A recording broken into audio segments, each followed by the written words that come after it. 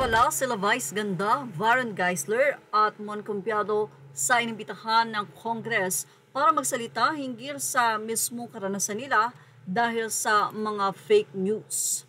At dahil nga naglalabasan ng tungkol sa imbitasyon ng Kongreso kay Rufa Gutierrez para nga daw ito ay magkaroon ng joint inquiry pursuant to Resolution number 286 on disinformation and other related issues ng Committees on Public Order and Safety, Information and Communications Technology, and Public Information noong Friday, marami tuloy ang nagme-message kay Rufa Gutierrez para tanungin ito tungkol nga doon kung may katotohanan bang inimbitahan siya.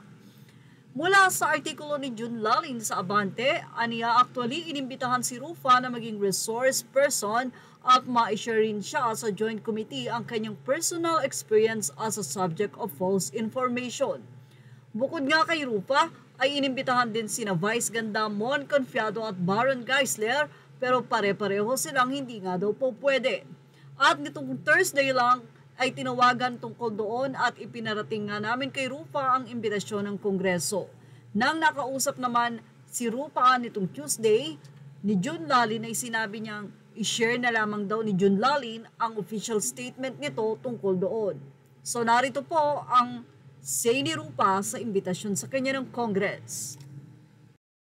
Mula kay Rufa Gutierrez, to my concern, friends and fans who have been reaching out, yes, I was invited to attend this hearing but politely declined, not only due to a prior commitment but also because I choose not to be politically involved, even as I remain a target of fake news and misinformation. At the end of the day, truth prevails. I remain dedicated to my work in the entertainment industry, which I truly love with grace and purpose. Let's focus on what truly matters, integrity, growth, and the things that bring light into our lives. Have a blessed Tuesday.